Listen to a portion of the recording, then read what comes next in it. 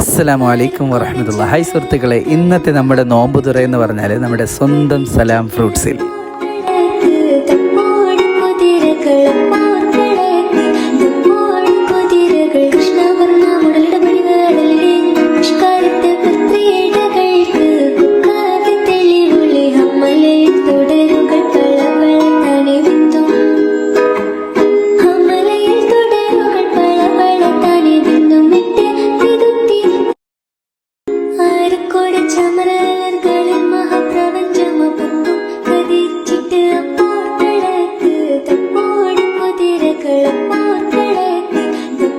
ഇന്നത്തെ ഫുഡ് എങ്ങനെയുണ്ട്?